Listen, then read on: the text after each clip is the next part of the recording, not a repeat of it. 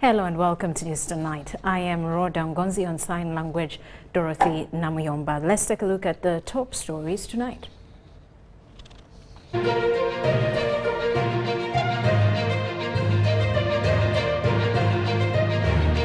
First Lady and Queen Lamashrama advocate for internet censorship policies. 33 people still missing, 7 remain unclaimed in Chitezi Landfill rescue mission. NIRA extends validity of national identity cards by 1 year.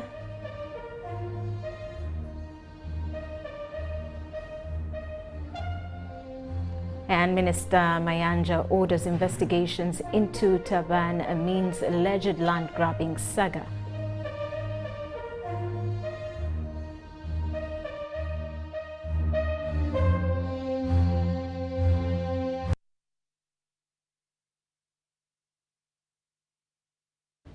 Hello once again, let's dig into it. Uganda's First Lady and Minister for Education and Sports, Janet Museveni, and Eswatini's Queen Lamashrama have agreed on the urgent need for African governments to implement internet censorship policies to restrict information accessible to the young people. Now, they noted that children today access all sorts of inappropriate information online, which is detrimental to their lives. Often, parents are unaware of what their children are viewing. This was observed during a dialogue that the First Lady and the Queen had at State House in Entebbe.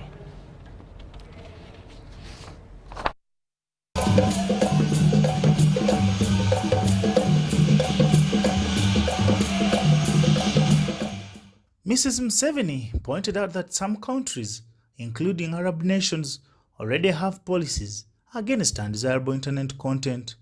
She cautioned why African nations do not formulate similar policies. She expressed concern about her children giving mobile phones to her grandchildren and emphasized the need for vigilance despite modern technological advancements. Eswatini's Queen noted that in today's technological and social media era, it is challenging to find a teenager without a smartphone. Parents cannot effectively monitor what their children access. Besides social media, young people also use video games and web cameras, which can be misused to manipulate them.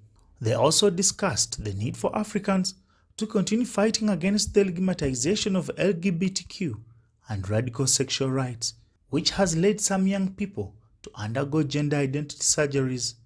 They called for the protection of African culture and family values amidst emerging global threats. Mrs. Museveni shared information about her social initiatives, including Uganda Women's Effort to Save Orphans, founded in 1986 to support orphans and vulnerable children, the Uganda Youth Forum, which educates youth about HIV/AIDS, prevention through abstinence, faithfulness, and condom use. She also discussed her work in supporting rural women through the National Strategy for the Advancement of Rural Women in Uganda. Queen Meg acknowledged Eswatini's high HIV prevalence in the 1980s, 1990s, but noted that government efforts in educating the people have led to a significant reduction in new cases. She also spoke about the Imbeleko Foundation that she founded in 2019, which supports women's development through education and training. She expressed her passion for public health in Eswatini, focusing on how public health issues intersect with women's causes and youth advocacy. Reporting for UBC, Baguma William.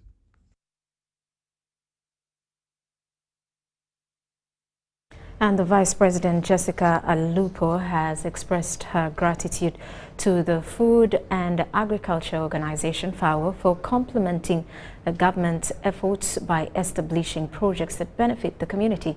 She made these remarks during the commissioning of 3 significant projects in Katakwiteso sub-region, which include a fully constructed hatchery, a solar-powered irrigation system, and a modern valley dam for animals. The Vice President urged the communities of Katakwi, Ongongorja, Palam, Magoro, and Toroma sub-counties, where these projects have been established to utilize them for their development.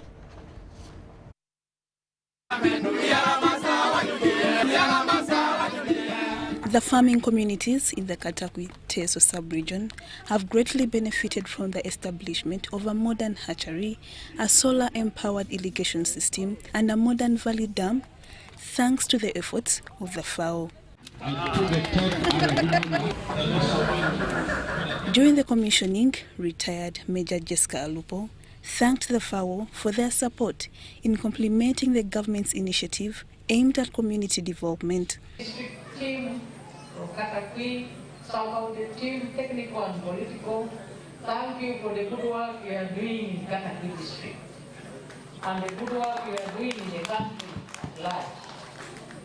Today we have commissioned a modern hatchery worth 145 million in Katakwi Town Council.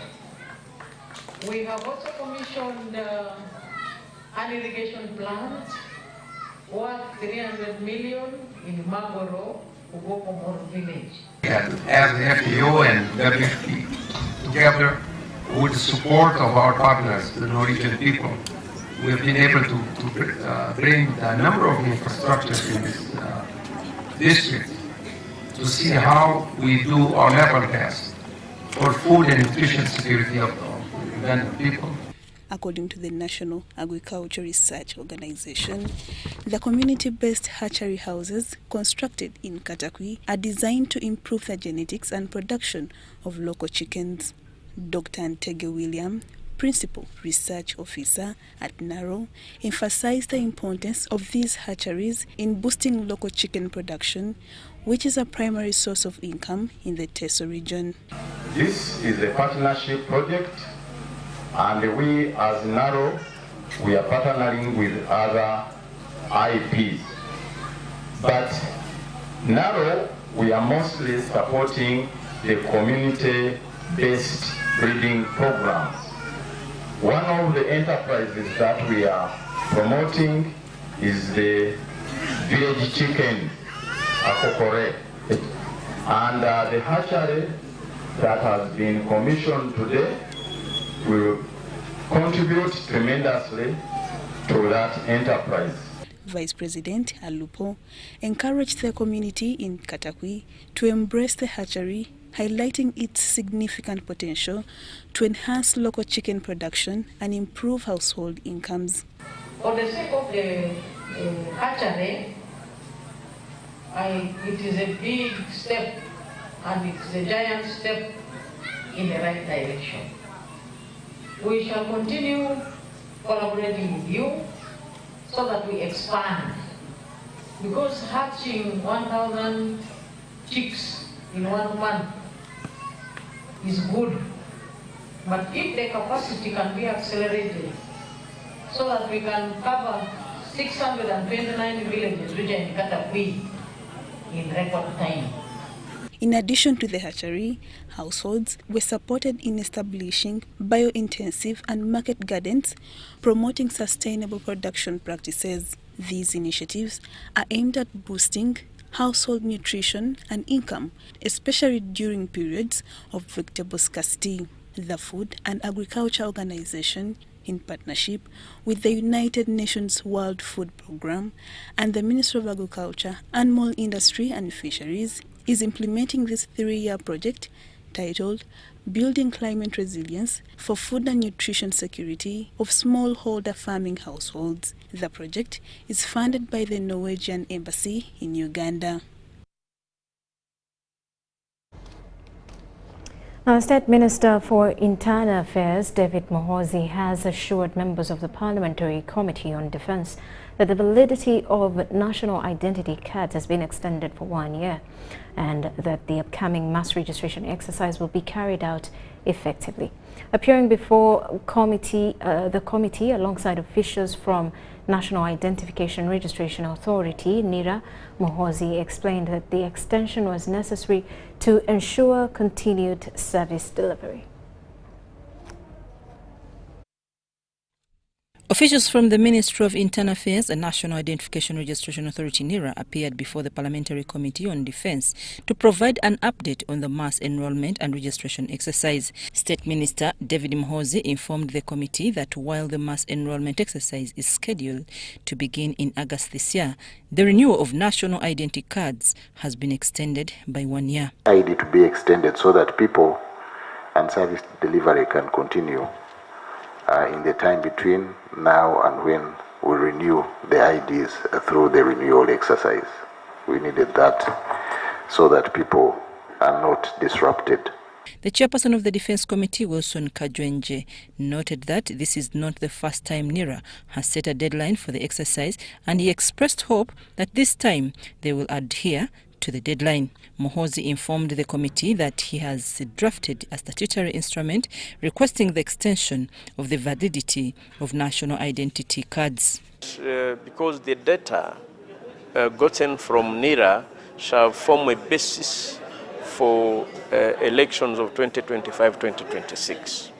We have gotten information from the Minister of Internal Affairs that they have done an extension of those IDs that will expire before enrollment.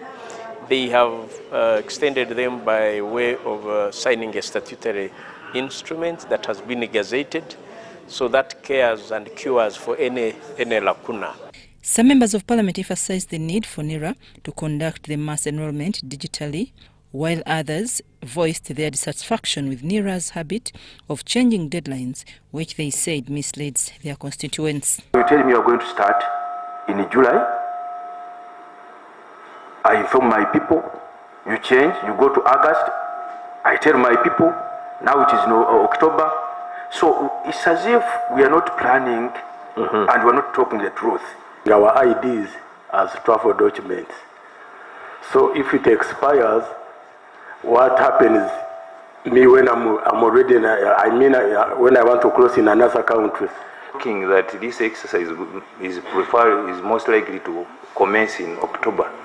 But down in my constituency chair, the awareness campaigns are not very clear. Our people do not really know. Committee members pressed NIRA's Executive Director, Rosemary Chisembo, for specific dates and a roadmap for the exercise. Chisembo assured them that the exercise would commence as soon as the necessary equipment arrives in the country, which is expected by October 15th. Different equipment is arriving at different times. Yes, the hardware is arriving on 31st August. The production of IDs is beginning on 30th September. The biometric kits, the first 1,000 are beginning. We hope to start delivering equipment beginning October 15th. Meanwhile, the committee raised concerns about a petition Parliament received from 280 Ugandan Banyarwanda who allege that NIRA and the Passport Office are discriminating against them. A lot of services. For example, they cannot process driving permits now that the driving permits must tally with the IDs. They can't register companies. They can't open bank accounts. They can't register phone lines. In response, Minister David Muhoozi clarified the definition of Ugandan citizenship, stating that the petition was generalized. He urged the complainants to file their cases individually, as citizenship matters are addressed on a case-by-case basis. Citizenship, national identity, and attendant rights and obligations are very sensitive and emotional subjects. But we shouldn't be tempted to cede logic and objectivity to emotions. Where any legal gaps are identified, the necessary processes should be followed to cure the gaps. I'm Nafka Farida and Gloria Gwita Vinji at Parliament. Meanwhile, the chairperson of the Council of Ministers in East Africa, Ruth Nankabirwa, has urged member countries to focus on stabilizing the East Africa power transmission grid to ensure a reliable power trade within the region. Nankabirwa made these remarks while officiating at the 19th Council of Ministers meeting during a high-level engagement held in Kampala aimed at advancing the primary objective of establishing the East Africa power pool.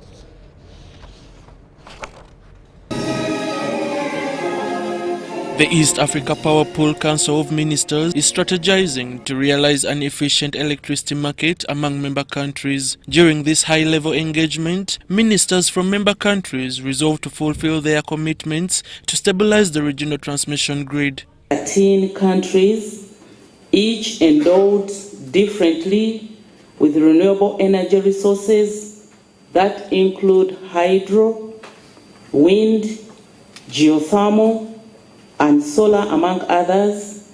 Some of our members have gas that can support power generation and various sectors of our economy. As chairperson of the council, Uganda's Minister for Energy and Mineral Development, Dr. Ruth Nankabirwa, emphasized the urgent need for member countries to upscale their investments in interconnections. The world transitions to green energy. Our region has the required potential to facilitate our transition to green energy.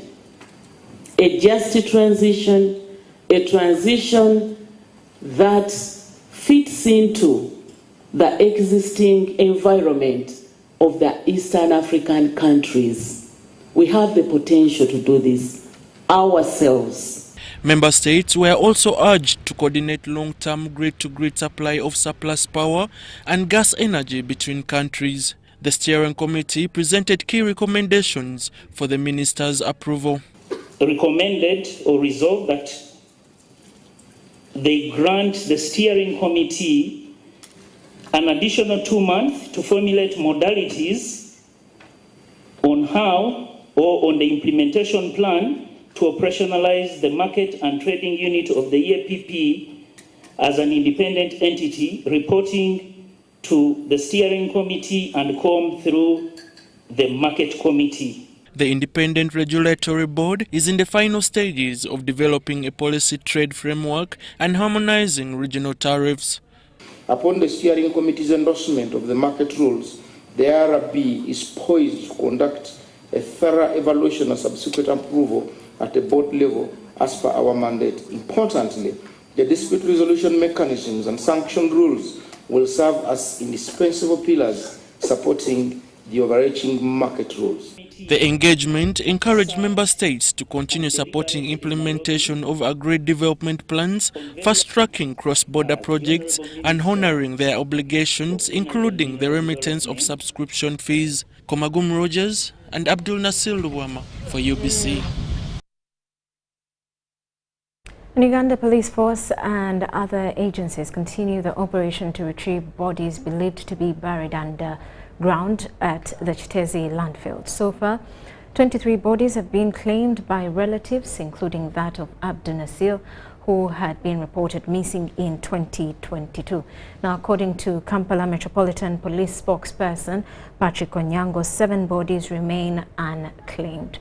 No recovery had been made today by press time at the Uganda Red Cross emergency resettlement site. Partners continue to provide relief to over 200 displaced persons, especially survivors and those in the buffer area surrounding the landfill. Most of them are women and children.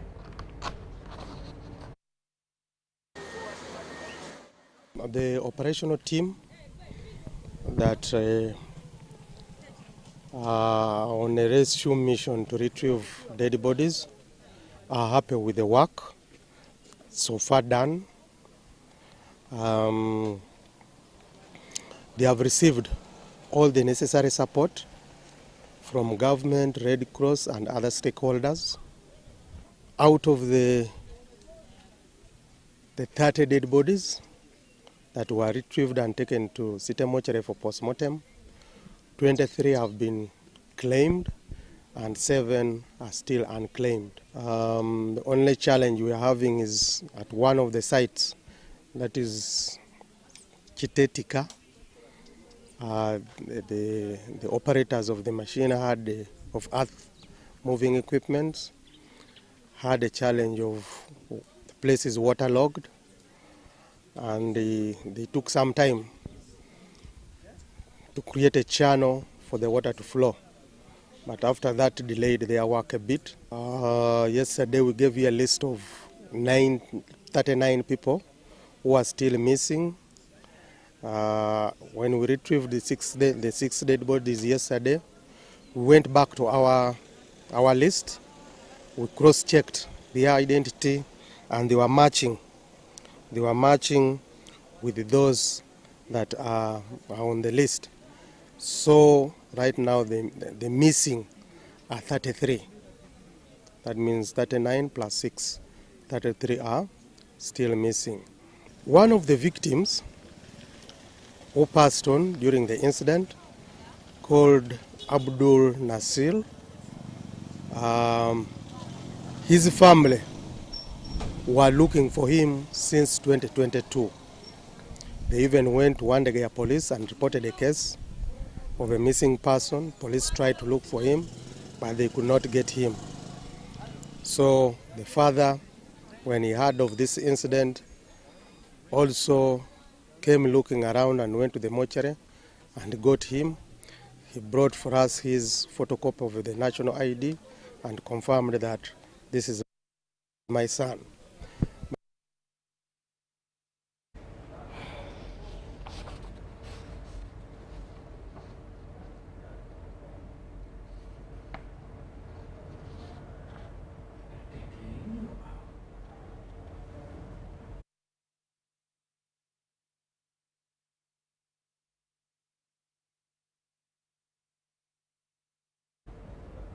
And NTN Uganda Global Paper and other partners have donated relief items and funds to support the people staying in the temporary emergency disaster shelter after being affected by the collapse of the Chitezi garbage landfill. The number of people cleared to stay at the emergency shelter has risen to 665, putting pressure on the available resources. The number of people who have been scrutinized and cleared to stay in the temporary emergency shelter set up for those affected by the Chitezi garbage landfill collapse has increased to 265 at the shelter. The disaster preparedness team under the Office of the Prime Minister, along with the Red Cross Society, continues to receive and register those in need of aid. According to Red Cross, the majority of people in the emergency shelter are women and children, who constitute 80%. Relief can never be enough. Like I mentioned, that 80% of the people we have are women and children.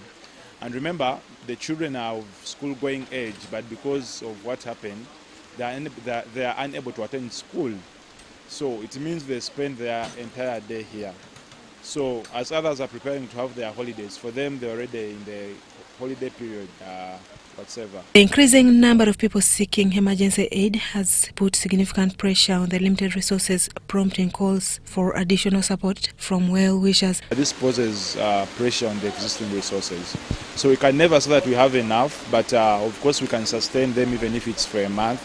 But there are those other pressing issues and basic needs that are always more utilized than the other. And so far, various companies and partners have contributed relief items, including MTN Uganda that donated 100 million and Global Paper that provided cartons of sanitary tissue.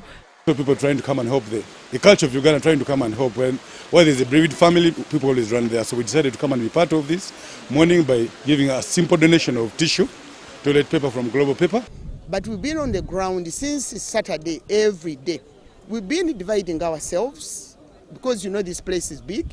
We go to different places. We've been going for burials. Meanwhile, Uganda Local Government Workers Union is engaging with relevant organizations to ensure that all the affected individuals receive their compensation as promised. Uganda Local Government Workers Union, which has over 500 registered members working in solid-related jobs, according to their records, has challenged employers to ensure safety and protection of workers in their line of duty. because the other time those who led workers to demand for their money, they have been persecuted, they have been reprimanded.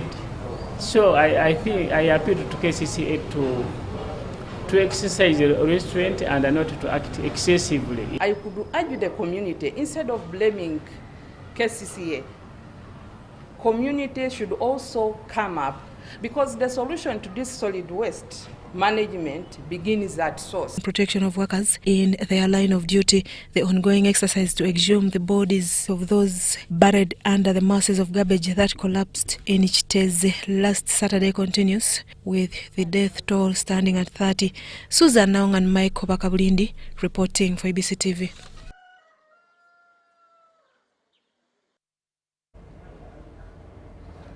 And State Minister for Gender, Labour and Social Development, Esther Anyakon, is on a series of random spot checks to various industries in the country, assessing the working conditions of the workers.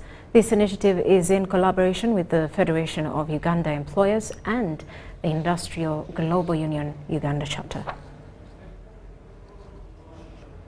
Minister for Gender, Labour and Social Development first visited Quality Chemicals Industries in Luzira Industrial Park, where she launched a clinic. At the meeting, the company was applauded for maintaining international standards and upholding workers' rights. Despite the positive remarks, they were encouraged to let workers join unions so that they are empowered to make collective bargains. We are here to address the issue of rampant violations of fundamental rights of workers, which mainly include the rights of freedom to association and collective bargaining, which is enshrined in Convention 87 and 89, and in respect to Uganda's National Action Plan on Business and Human Rights. We really have to stop working in isolation. Let's work together holistically, and we'll be able to solve front issues, you know. Most of the things. Now we're telling some people, please pay as you earn, really. Please, NSSF, social fund. It's supposed to be mandatory. Whether you like it or not, this is part of the things you're supposed to be doing when you're coming to invest in Uganda. Because pay as you earn gives us income. We are commissioned by ILO on all labor matters in this country and work very closely with the ministry. So if you're not going to get it from FUE, in terms of both your employment relations and labor compliance, who are you going to get it from? We have the legal team, we have the capacity and specialists inside who can support you. The delegation then moved to Fine Spinners, one of Uganda's leading textile industries, located in Bugolobi, and had a meeting with leaders of the company. We want to create an environment where the employer and the employee are all happy. Yeah. Maximize your profit, fine, but this poor Ugandan should also be happy. Are engaged. So this is our commitment to the workers to make them comfortable. In terms of health and safety, we are there. We are checked each and every buyer comes to their own auditors, external, who are independent. They check each and every single thing. In terms of compliance, in social audit, NSSF has been raised. I can confirm to you, Honorable Minister, we are paying for the workers. We have got an MOU with the NSSF.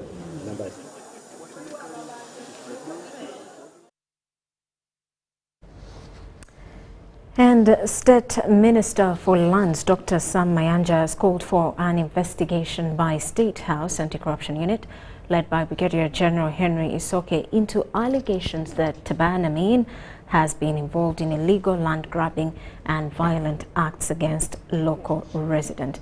Taban is the son of the late former Ugandan President Idi Amin. During a meeting held at Panyadolisi village in Mutunda, Chiriandongo district, residents, including former government official Opiko Poka Hector Simon and his wife Natalie Opiko Poka, shared their experiences of harassment and land dispossession allegedly orchestrated by Taban Amin. The land in question reportedly covers an area of 20 square miles, with Opiko Poka personally owning 1 square mile and 40 acres. End of July, there were about 30 So right now, I don't know how many there are. All the money they have been collecting. Understand? I mean, these people collecting the money. He has a sergeant, understand, on this side of the land, who is his manager. The accusations against Taban Amin include the destruction of property such as food and cattle and physical assaults on the residents by individuals allegedly dressed in military uniforms. These actions prompted Natalie to seek intervention from President Yoweri Museveni, leading to Minister Mayanja's visit. Ahead with a lot of intimidations, and they started cultivating the whole land. Then after, they issued a temporary injunction order of stopping them from destroying our crops, burning houses, everything. They deliberately refused to honor that court order which came from Masindi High Court. Bwenzija ekyokulya, bwenzija ekyokusoma, naye kuva ku olwo bwabutwala njagala gavumenti ennyambe.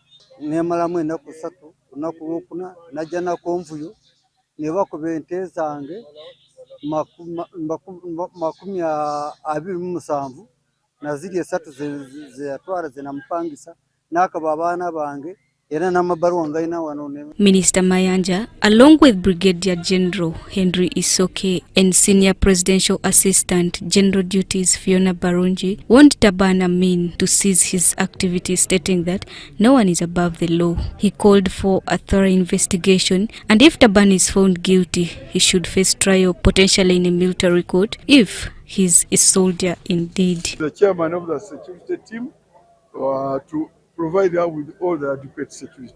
That's number 1. Number 2, the team of General Isoke is here to investigate every allegation made against General Taban. We are about to trespass, torturing people, eating people's cows, destroying their property.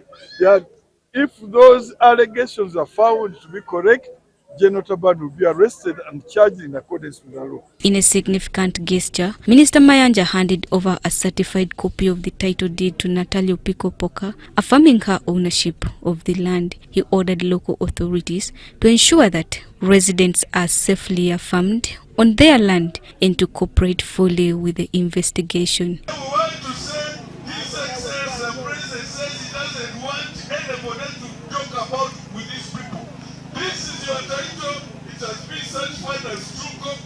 To have other titles, they should also remain on their land, but ensure they verify that with their ownership. The situation remains tense, with the government taking a strong stance against land-related corruption and abuses of power. Charity Marion Imnat and Jamil Sekaja, UBC News.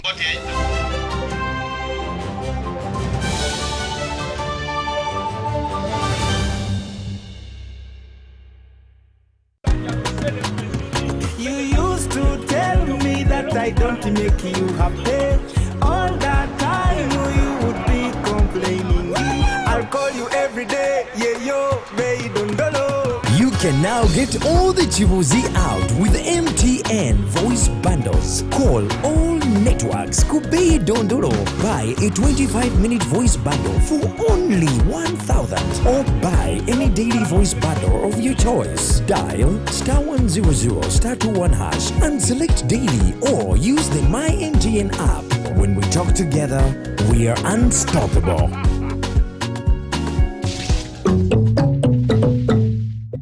Once upon a time, there lived identical twins who gave birth to beautiful princes and princesses. Their mothers gave their babies' bodies a lot of care by applying on their skin with baby Junior jelly.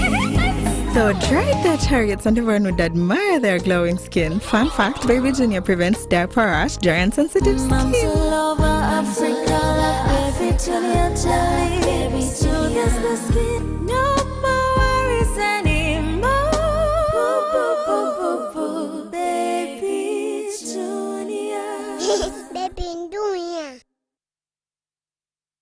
Do you need need data collection services, data analysis and reporting, monitoring and evaluation systems? Then contact Mold Technologies, a professional research firm that has provided many organizations with timely research solutions for over 15 years. For more information, visit www.mt.co.ug or call us on 0704 913 399 or 0782 602 963. Visit our office in Kampala at Sayuni Complex in Tinda. Mood Technologies, your professional research firm.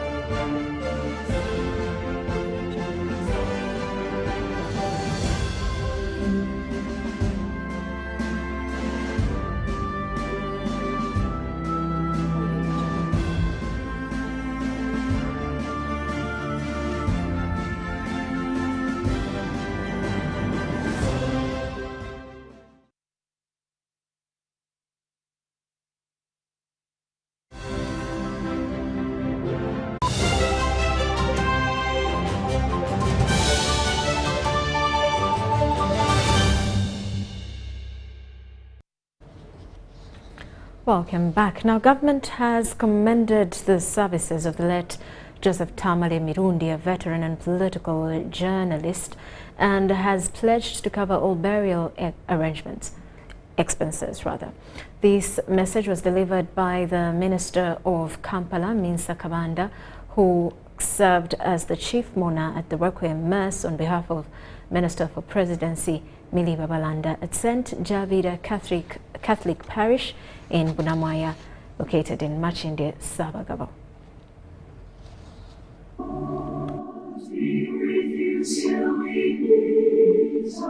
Relatives, in-laws, friends and supporters of the late veteran journalist Tamale Mirundi Sr. gathered at St. Javira Catholic Parish this morning to dedicate the late journalist to the Creator. At around 9:30 a.m., vehicles carrying the body of the deceased arrived at the church, and the Requiem Mass in memory of the late journalist immediately commenced. During the prayer service, the main celebrant, Reverend Father Francis Semuju, who is also the parish priest of St. Javira Catholic Parish, urged the congregation to continue praying for the late Tamale Mirundi.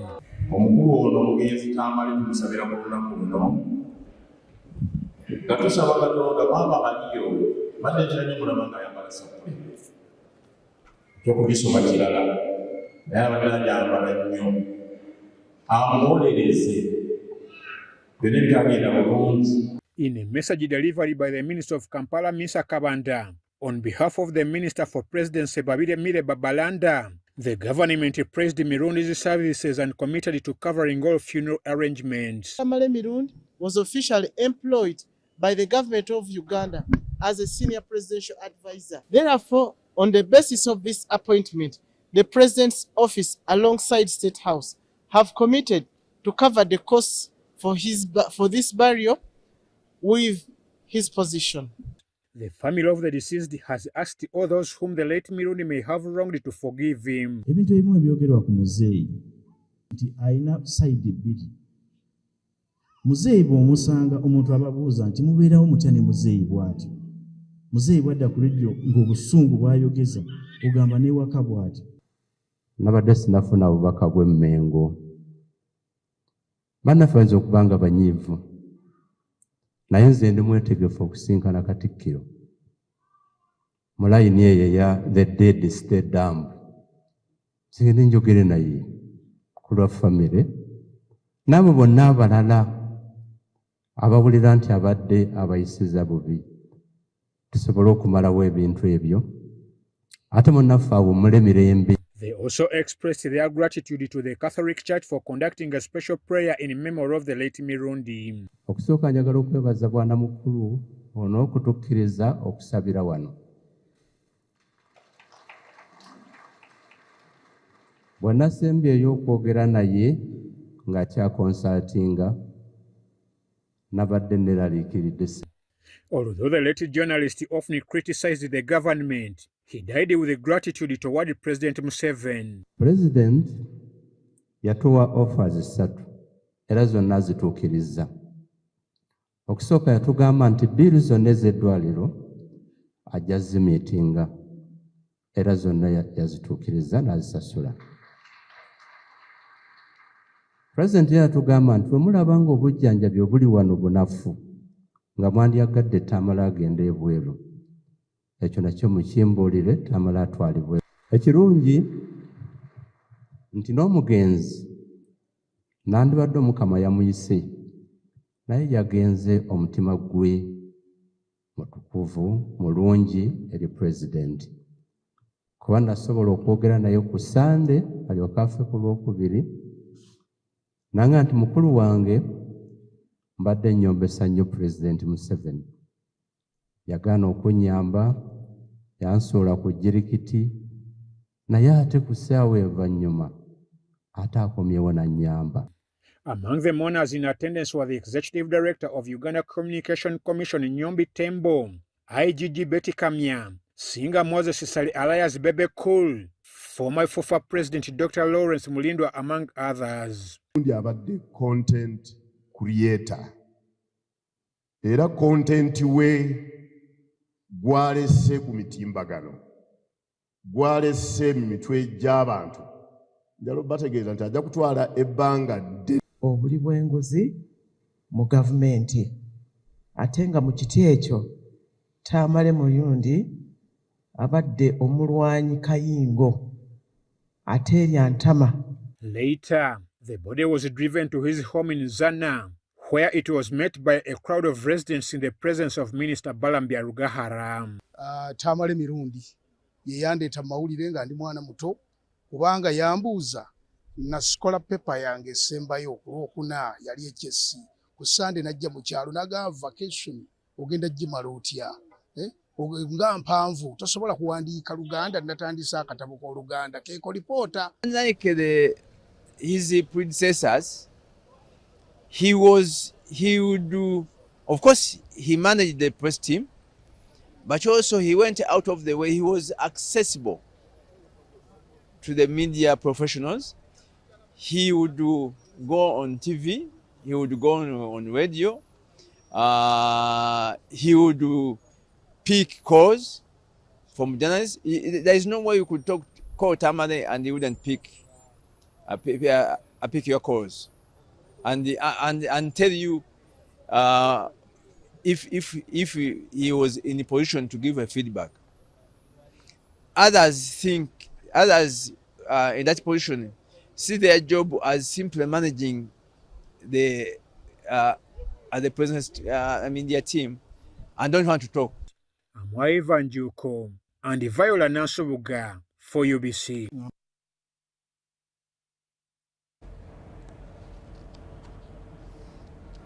Now, farmers in the Busoga region have been trained on how to grow high-value crops like avocado, aiming to reduce reliance on sugarcane cultivation.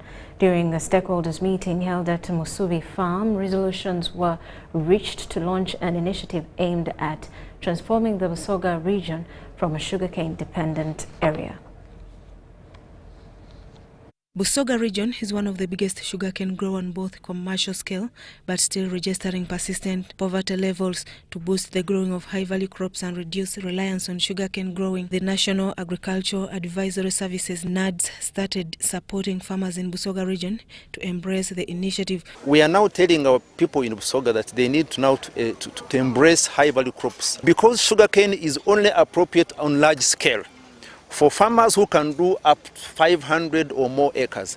But for our smallholders of 1 acre, 2 acres, we are encouraging them not to go into maize, not to go into sugarcane. The initiative aims at addressing the issue of land degradation that has been caused by the growing of sugarcane for a long time. In this approach, NADS is working with large-scale farmers and organized farmer institutions where NADS contributes 70% of the seedling cost and the farmer contributes 30% of the total seedling cost. We are talking about commercial farming. This is not cassava that you're going to grow for putting food on the table. No, this is something that you are growing for commercial purposes. So the reason we are here now is in Busoga is to drum up the support to popularize Hass avocado, because the advantage we have here is that we have one of the biggest nucleus farms of Hass avocado. Musubi Farm, located in Mayuge district, is one of the largest commercial growers of Hass avocado in Busoga region with a complete production chain. We are doing what we call Hass avocado value chain. As in, we are doing avocado all the way from the seedling, its propagation, its planting, its packaging, its processing, and we export. With a complete production chain, despite existing potential for production, the commercial supply of high-value crops like Hass, avocado and macadamia is still minimal. With capacity to crush at least 20 tons of avocado in a day, the farm is operating under capacity with several indigenous avocado varieties and imported tons of Hass avocado. We run only half shift to produce from Hass, then we run like 2 shifts to get from the same oil from the local varieties. Busoga region has a cooperative union which encompasses 4 cooperative societies to bring together all farmers in the 11 districts which NADS is supporting. Those who have trees which are mature, 3 years, ready to fruit, ready to export. Then we have a category which is 2 years. Then we have another category of those with trees that are 1.5 years, and then a category of trees which are less than 1 year. We have a baseline. We pretty much know who falls under which category. During the stakeholders engagement held at Musubi Farm in Mayuge district, farmers underscore the challenges that they face. Our factory has the capacity to crush 50 tons per day and 4 tons per hour. So that house is not there. We have resorted to crushing local avocados. In the same meeting, resolutions were arrived at on how to support farmers in the region to grow Hass avocado other than rely on sugarcane. Because Hass avocado is also a mitigant against the effects of climate change. The NADS initiative to support growing of high-value crops was introduced 3 years ago and has so far impacted on lives. Susan Naonga reporting for EBC TV.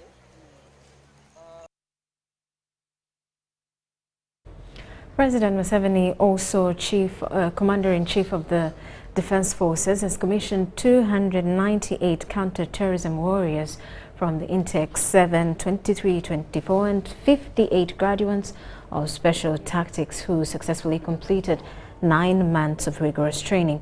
The President commended the graduates for enduring the challenging course which required them to live simply with minimal resources while acquiring top-tier skills. He praised the UPDF for making the most of the limited resources available to create an effective force, urging all Ugandans to follow this example by utilizing available resources efficiently to achieve great results.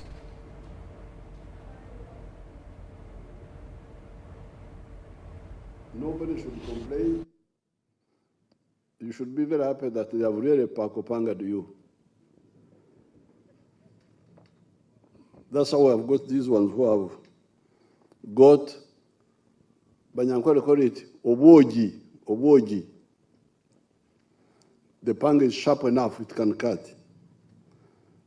So I want to congratulate you for going through this tough course, but also congratulate the instructors. On the issue of the infrastructure, I want to also congratulate the UPDF for knowing how to use the katono, akaliwo.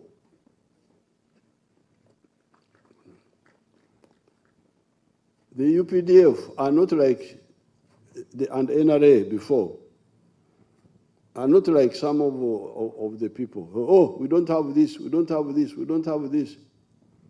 So we can't start. I actually would like the media team, my press team, to capture those tents there behind where we pass. Show where the soldiers are staying, not in grofers, but they are able to use those improvised structures to produce good quality people. Therefore, this culture of we can't do this because we don't have this is not part of our system. And these people are a good example there. There is no infrastructure here. But they have produced very good quality people using humble infrastructure. So this one challenges all these other fellows. We want this, money, money, money, money.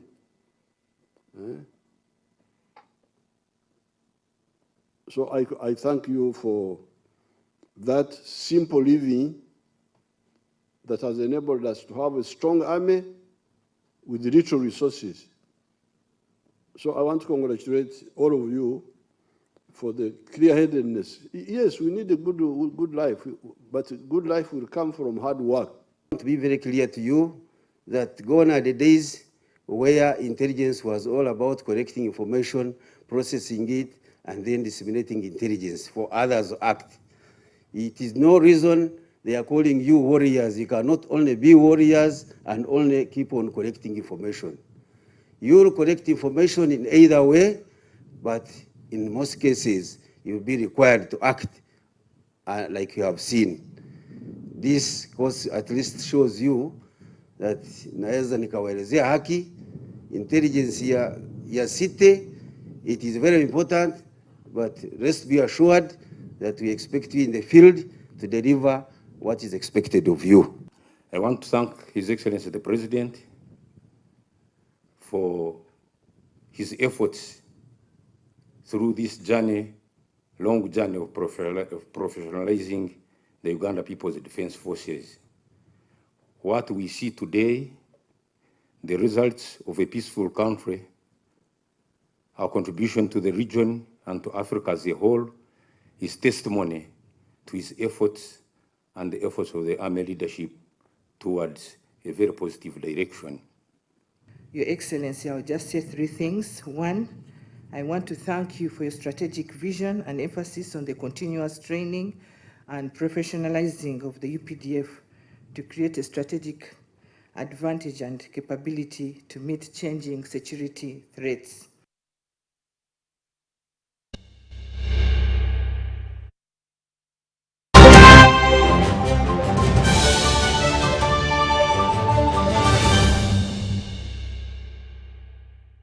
Do you need data collection services, data analysis and reporting, monitoring and evaluation systems? Then contact Multi Technologies, a professional research firm that has provided many organizations with timely research solutions for over 15 years. For more information, visit www.mt.co.ug or call us on 0704 913 399 or 0782 602 963. Visit our office in Kampala at Sayuni Complex in Tinda. Mood Technologies, your professional research firm. Uganda fire! Endiva fire! Abona fire! Uganda! Thank you for showing your fire! Has Namole Stadium opened its doors once again? Fire! While you were moving in, you were the 12th player when Uganda Cranes needed you the most. Fire! Let the banner! Fire! Through our famous wins against Tubangunda and our unlucky losses, you stood firm, supporting even louder! Fire! Fire! Now, as Uganda Cranes take on South Africa and Congo this September, South Sudan in October, and play our second legs against South Africa and Congo in November, bring even more fire! Because with your support, Uganda Cranes is unstoppable! Uganda fire! Proudly brought to you by MTN, the #1 supporter of Uganda Cranes. Together, we are unstoppable. It's true what people say, that when I wash and you wash your hands with soap, we'll have less infections as Ugandans. After all, it's hands that handle money. It's hands that feed us. Hands that prepare soil for farming. Hands that we use to learn. And hands that we use for fun. When I wash and you wash, it means clean hands for all. So, wash your hands with soap and clean water regularly to keep away infections and disease-causing germs. This message is from the National Hand Washing Secretariat with support from UNICEF.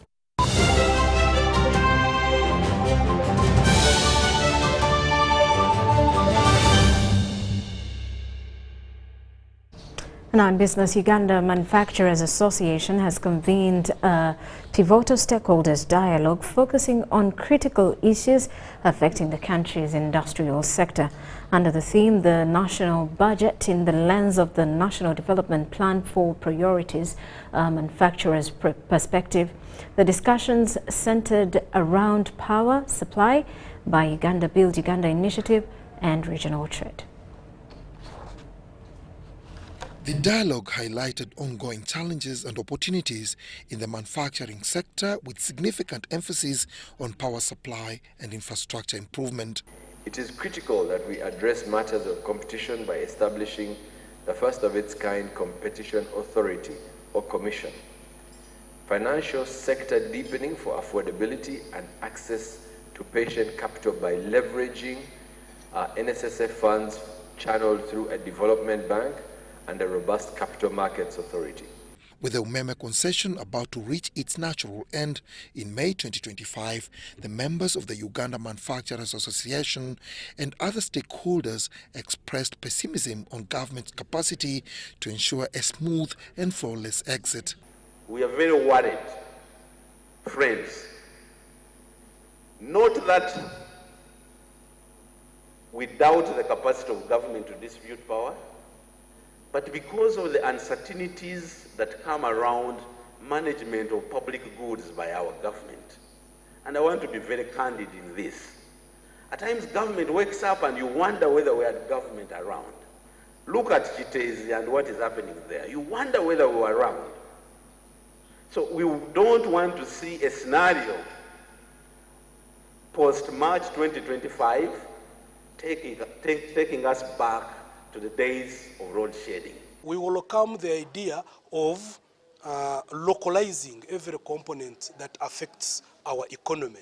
So if government trusts that transiting of Umeme is out of the supply chain is the most rational decision, we go with that. All we say, we want reliable power. We wouldn't care so much who is in the supply, but we care about three things: reliable power, affordable power. However, the Minister of State for Energy, Honorable Okasa Opolot, was present at the meeting, assured them of government's high level of preparedness. Who is running Umeme? More than 80% Ugandan boys and girls. What's the new product they have, which we don't have? What school did they go to?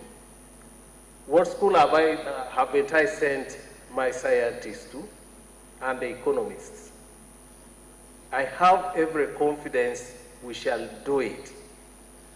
And this one is even better because we have time to do it and we have understood where we're going.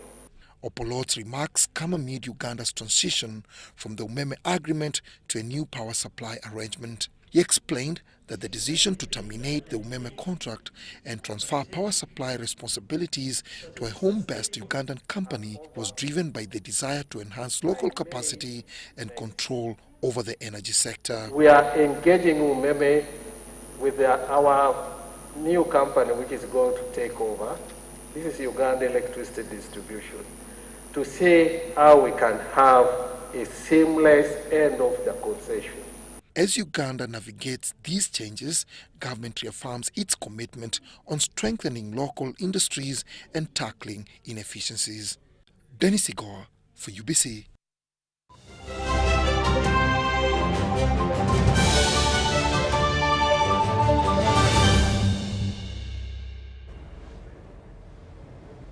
Now, Sports State Minister for Sports, Peter Ogwang, has confirmed that Hoima City Stadium will be ready for the Confederation of African Football inspection by the 31st of December 2025. This stadium is one of the venues earmarked to host the 2027 Africa Cup of Nations, which Uganda will co-host with Kenya and Tanzania under the local banner Pamoja.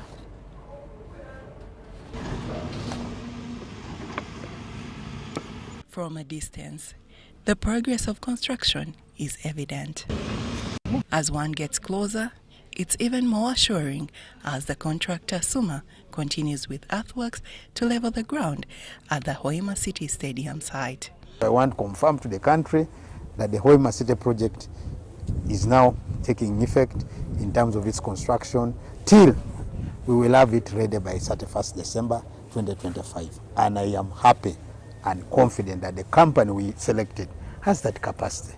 State Minister for Sports, Peter Ogwang, met with the contractor and local leaders to discuss key issues that will ensure the stadium is ready for CAF inspection by the 31st of December 2025. We're all aware that our time in terms of the implementation of this project is meant to be 18 months, and we have so far spent 1.5 months on the mobilization. So the rest of the works was entirely to instruct and to direct some of the government agencies here that now that work has started, the entire land is going to be secured. We are going to deploy police to make sure that nobody attempts to interfere with the contractor. We've also asked the local leaders to work hand in hand with the contractor whenever they need certain help. This 20,000-seater stadium will cost $130 million and is expected to house facilities for various sports, including football, volleyball, and netball, along with a 25-meter swimming pool and an indoor facility. It's $130 million, and it's going to be a stadium, indoor arena, swimming pool, and training pitches. And both the training pitch, we're also going to have athletics training track. The capacity is meant to be 20,000 seats. The contractor has promised 80% is going to be local people. So that one, they're only bringing 20% of the expatriate. 80% of the workforce for this project will be sourced locally. The stadium, to be built on 30 acres, is supported by key partners, including the Ministries of Works and Energy. The government has already paid $39 million towards the project. All right, that does it for News Tonight for now. We do return at 10 o'clock with more details. Dorothy Namuyomba on sign language. I am Rhoda Ngonzi. Good evening.